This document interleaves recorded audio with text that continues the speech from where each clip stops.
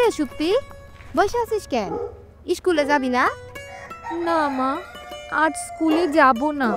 আমার মাসিক হয়েছে। তাছাড়া আমার শরীরটাও ভালো না, খালি তলপেট ব্যথা করে। কিছুই খাইতে ইচ্ছা করতেছে না, খাবার হজম হইতেছে না, খালি বমি আসে। আর শরীরও খুব দুর্বল, মাঝে মাঝে জ্বরও আসতেছে। ও বুঝছি, ন্যাকড়া আছে নাকি দিব? দেও। আচ্ছা দাঁড়া। আর শোন, মায়া মানুষের অত নরম হইলে চলে না। মাসিক হইলে ওইসব একটু একটু হইবই। কি গো সুপ্তির মা, কার কি হইল? আরে বুবু আর কইও না, আমার সুপ্তির মাসিক হইছে। কও কি? সর্বনাশ! শোনো, মাইয়ারে একদম বাইরে যাইতে দিবা না। গরুর দড়ি যেন না পারায়। শুকনা খাবার খাওয়াবা, আর হলুদ খাইতে দিবা না। টক ফল যেন না খায়, এগুলা খাইলে রক্ত দূষিত হয়। আচ্ছা বুবু। আর মাছ মাংস দুধ ডিম খাইলে কিন্তু রক্তে বাজে গন্ধ হইব। আচ্ছা বুবু। আর শোন সুপ্তি, রাইতের বেলা ঘরের বাইরে যাবি না। ভিজা ন্যাকড়া উঠানে নাড়বি না, জিন ভূতে কিন্তু নজর দিবে। তারপর অনেক বেশি পেটে ব্যথা হইব। বুবু ওরে বুঝাও তো, কিচ্ছু মাইনা চলে না, এই জন্যই পেটে বেশি ব্যথা হয়, জ্বর হয়। এই তো এখনকার পোলাপানের অবস্থা, মুরব্বীদের কথা শুনতেই চায় না, এই জন্যই এত অসুখ হয়। আচ্ছা শোনো মাজেদা, মাইয়ার পেটে ব্যথা হইলে কইও, ওই পাড়ার রহিমা খালার থেকে তাবিজ, তেল পরা আর পানি পরা আইনা দিবানি। এতে পেটে ব্যথা একদম কইমা যাবে না। আচ্ছা বুবু। আমি এখন গেলাম তাইলে।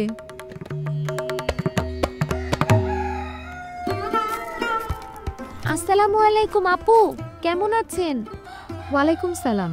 কি ব্যাপার সুপ্তি, মন খারাপ কেন? আর মুখটাও শুকিয়ে গেছে। আপু মাসিক হয়েছে তো, তাই পেটে অনেক ব্যথা, আর মাঝে মাঝেই জ্বর আসতেছে, তাই শরীর ভালো না। মাসিকের সময় হালকা পেট ব্যথা, বদহজম এগুলো স্বাভাবিক। 5-7 দিন পর ঠিক হয়ে যাবে। কিন্তু জ্বর আসা অস্বাভাবিক, তুমি ডাক্তার দেখাও। আর এই সময় মাছ, মাংস, ডিম, দুধ, কলা বা টক জাতীয় খাবার খাবে। কিন্তু আপু, আমার চাচি এইসব খাবার খাইতে নিষেধ করছে, এতে নাকি রক্ত দূষিত হয়, আর মাসিকের রক্তে নাকি গন্ধ হয়। খবরদার, এসব কুসংস্কার একদম বিশ্বাস করবে না। এ সময় বিভিন্ন হরমোনাল পরিবর্তন হয়, তাই এই সময় বেশি বেশি করে সুষম ও পুষ্টিকর খাবার খেতে হবে, পরিষ্কার পরিচ্ছন্ন থাকতে হবে, বুঝেছো? কই গো সুপ্তির মা, সুমি, সুপ্তি, কই রে তোরা? বাবা আইছো তুমি? হ আইসি তো। কিন্তু মা, তুমি স্কুলে যাও না কেন? তোমার হারুন স্যারের সাথে বাজারে দেখা, সে তো খুব রাইগা আছে। বাবা আমার পেট ব্যথা 2 দিন ধরে, ঠিক হইলে স্কুলে যাব। আব্বা, স্যারের সাথে দেখা হলে তুমি বইলা দিও, সুপ্তির শরীর ভালো না, তাই কয়দিন স্কুলে যাইতে পারবে না। আচ্ছা, কয়া দিমনে। আরে তোমরা সবাই ঘরে চলো, খাবার দেই। সুমির বাপ, তুমি হাত মুখ ধুয়ে আসো তাড়াতাড়ি। আচ্ছা আচ্ছা। আরে স্যার আপনি? ও সুপ্তি, ও সুমির মা, দেখো কে আইছে, তাড়াতাড়ি চেয়ার বের করো। কি ব্যাপার সুপ্তি, তুমি মাঝে মাঝে স্কুলে আসছো না, এদিকে সামনে তোমার টেস্ট পরীক্ষা। এভাবে স্কুল কামাই দিলে ফেল করবে কিন্তু, বলে দিলাম। আসলে স্যার, আমার পেটে ব্যথা হয়েছে তো, তাই স্কুলে যাই নাই। ও আচ্ছা, শরীর ভালো হলে স্কুলে যেও তাহলে। স্যার, আমি বাইরে দাঁড়িয়ে আপনাদের কথাগুলো শুনছিলাম। আপনি অনুমতি দিলে আমি কিছু কথা বলবো। সুপ্তির যে ঋতুস্রাব বা মাসিক হয়েছে, এটা কোনো রোগ নয়। এটি প্রতিটি নারীর দেহের একটি স্বাভাবিক প্রক্রিয়া। প্রতি মাসের 28 থেকে 36 দিন পর পর ঋতুস্রাব হয়। এই সময় একজন নারীর যে কাজগুলো করা উচিত বা উচিত না, তা সবাই মন দিয়ে শুনুন। প্রচুর পরিমাণে পুষ্টিকর খাবার খেতে হবে। ঋতুস্রাবের সময় পরিষ্কার অন্তর্বাস, কাপড় বা প্যাড ব্যবহার করতে হবে। কাপড় বা প্যাড ব্যবহারের আগে এবং পরে ভালোভাবে সাবান দিয়ে হাত ধুয়ে ফেলতে হবে। দীর্ঘ সময় কাপড় বা প্যাড ব্যবহার করব না।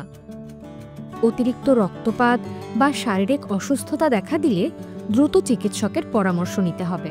ব্যবহৃত কাপড় বা প্যাড যথাযথ স্থানে ফেলতে হবে। উল্লেখিত বিষয়গুলো মেনে না চললে আমরা কিছু সমস্যার সম্মুখীন হব, যেমন অপরিচ্ছন্ন কাপড় ব্যবহারের ফলে প্রস্রাবে ইনফেকশন দেখা দিতে পারে। একই কাপড় বা প্যাড দীর্ঘ ব্যবহারের ফলে তাতে জমে থাকা শুকনো রক্ত থেকে অস্বস্তি হতে পারে বা দুর্গন্ধ ছড়াতে পারে। মাসিক চলাকালে অপরিচ্ছন্নতার জন্য হিউম্যান প্যাপিলোমা ভাইরাসের কারণে জরায়ু ক্যান্সার হতে পারে। তবে আমাদের সমাজে ঋতুস্রাব নিয়ে বেশ কিছু কুসংস্কার রয়েছে এবং এ ব্যাপারে কথা বলাটা বেশ অস্বস্তিকর। আর কথা না বলার ফলে কিশোরীদের স্বাস্থ্য ও লেখাপড়াতে অনেক প্রভাব পড়ে। তারা স্যানিটেশনের সুবিধা ও পরিচ্ছন্নতার অধিকার থেকে বঞ্চিত হয়। আশা করি আপনারা আমার কথা বুঝতে পেরেছেন। আপনাকে অনেক ধন্যবাদ আপা, এত সুন্দর করে কথাগুলা বললেন। আমার মাসিকের দিনগুলি কত অযত্নে অবহেলায় কুসংস্কারে কাটছে। আমার পাশে কাউকে পাই নাই, নিজের এত কিছু বুঝি নাই। যদি এভাবে কেউ বুঝাতো তাহলে আমার মাসিকের দিনগুলি এত কষ্টে পার হতো না। আসলে আজ যদি আমি সুপ্তিদের বাড়িতে না আসতাম, আমারও এত কিছু জানা হতো না। ধন্যবাদ মারিয়া, আমার গর্ব হচ্ছে তুমি আমার ছাত্রী। তুমি এই সমাজের একজন আলোকিত মানুষ। আমার জন্য দোয়া করবেন স্যার। মা মারিয়া, লেহাপড়া তো জানি না, তাই এইসব বুঝতাম না, কিন্তু আইজ আমার চোখ খুইলা গেছে, ভুলও ভাঙ্গা গেছে। ঠিক আছে চাচি। সুপ্তি ও সুমি আপু, আমাদের সকলকে সচেতন হতে হবে। সুস্থ সুন্দর জীবন গড়তে হলে মাসিকের সময় পরিচ্ছন্নতা অত্যন্ত প্রয়োজনীয়। চুপ থাকার শিকল ভেঙে ঋতুস্রাবকালীন পরিষ্কার পরিচ্ছন্নতা নিয়ে সচেতনতা তৈরি করার সময় এসেছে। তাই আসুন আমরা ঋতুস্রাব সম্পর্কে নিজে সচেতন হই এবং অন্যদের সচেতন করি। অনেক তো কথা হলো, এবার একটা গান শোনাই আপনাদেরকে।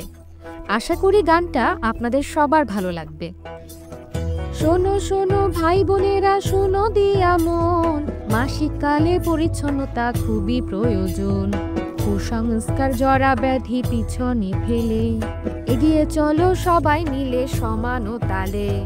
জমাট কালো রক্তপাত বা প্রবল জ্বর হলে চিকিৎসকের পরামর্শ নেও যে সকলে।